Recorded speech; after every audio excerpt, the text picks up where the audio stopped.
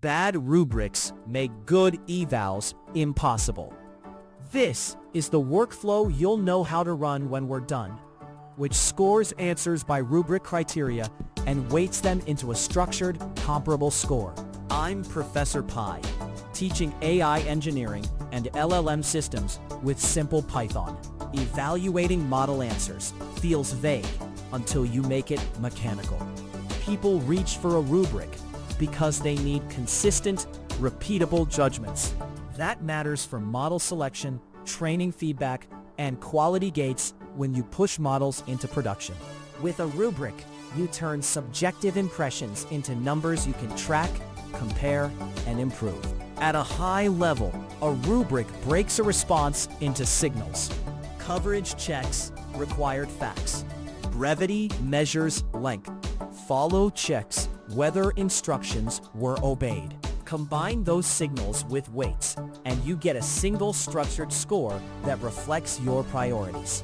Strengths are clarity and reproducibility. Weaknesses are overfitting to the rubric if you bake in the wrong priorities. We will build a compact pipeline that scores one answer, then weights signals, compares candidates, anchors scores for stability, and finally runs mini-batch evaluations. It uses tiny, explicit rubrics, so every decision is traceable and easy to tune. Let us start by scoring a single answer with a tiny deterministic rubric. Now we'll score one answer with a tiny deterministic rubric. This snippet scores a single model answer using a tiny deterministic rubric. The variable keywords lists 3 must-have terms derived from the prompt. The function judge basic computes coverage as the fraction of those terms present in the response. It also computes a simple concision check based on character length, encouraging brief answers. These 2 signals are averaged with equal weights to form a base score, then rounded to 2 decimals for clean tracking. Shortening the response increases concision, but risks missing required terms, while longer text can reduce the concision signal. The printed base score shows a reproducible numeric judgment for one answer.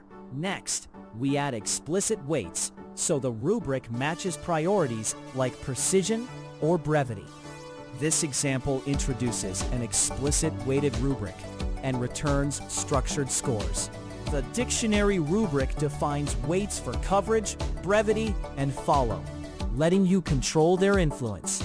The function judge rubric computes coverage like before, then a brevity signal from word count and a follow signal based on sentence count to reflect instruction following. It multiplies each signal by its weight, sums them, and returns a dictionary containing each component and the total, all rounded for stable logging. Increasing coverage weight magnifies keyword presence. Decreasing it shifts emphasis to brevity or following directions. The printed weighted total confirms a combined score driven by explicit, tunable criteria. Now we compare 2 answers head-to-head to pick the better model. This code compares 2 candidate answers using the structured rubric and picks a winner deterministically.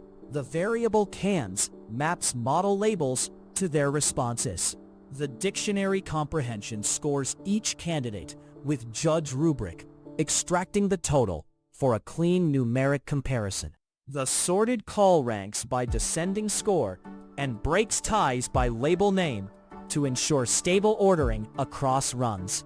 This approach makes head-to-head comparisons reproducible and debuggable because scores are derived from transparent signals.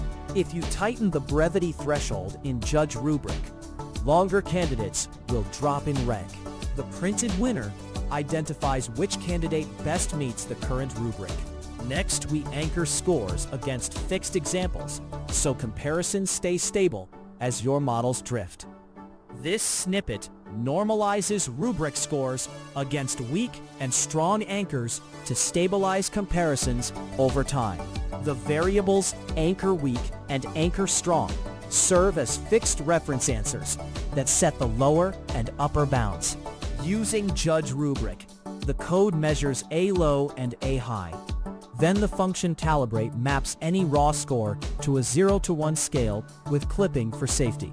The variable SA captures the uncalibrated total for a candidate, and the printed value reports its anchored score.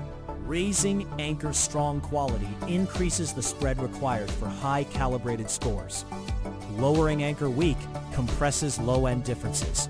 The printed calibrated A shows how one answer fares on a consistent anchored scale. Finally, we run a small batch of prompts to pick the best model across tasks. This example evaluates multiple prompts in a batch and reports the best overall model. The list cases holds per prompt keyword rubrics and each model's response, keeping inputs explicit and reproducible. For each case, the function judge rubric computes a total score by the same weights used earlier. The variables SA and SB sum totals across the batch, effectively representing unnormalized averages since each case counts once. The comparison includes a tile break on model label to keep results stable when scores match. If you add more cases, the aggregated decision becomes less sensitive to any single prompt. The printed run best announces the top performer for this mini evaluation run. This toy pipeline maps cleanly into real projects. Replace the tiny keyword lists with domain checklists. Use anchor answers from expert raters. Run the batch evaluation over hundreds of prompts to stabilize selection. These small moves take the example from lab demo to a repeatable model selection process. Recap: it is a rubric-based LLM-Judge that turns criteria into numeric signals. Use it when you need reproducible comparisons, model selection, or automated feedback at scale.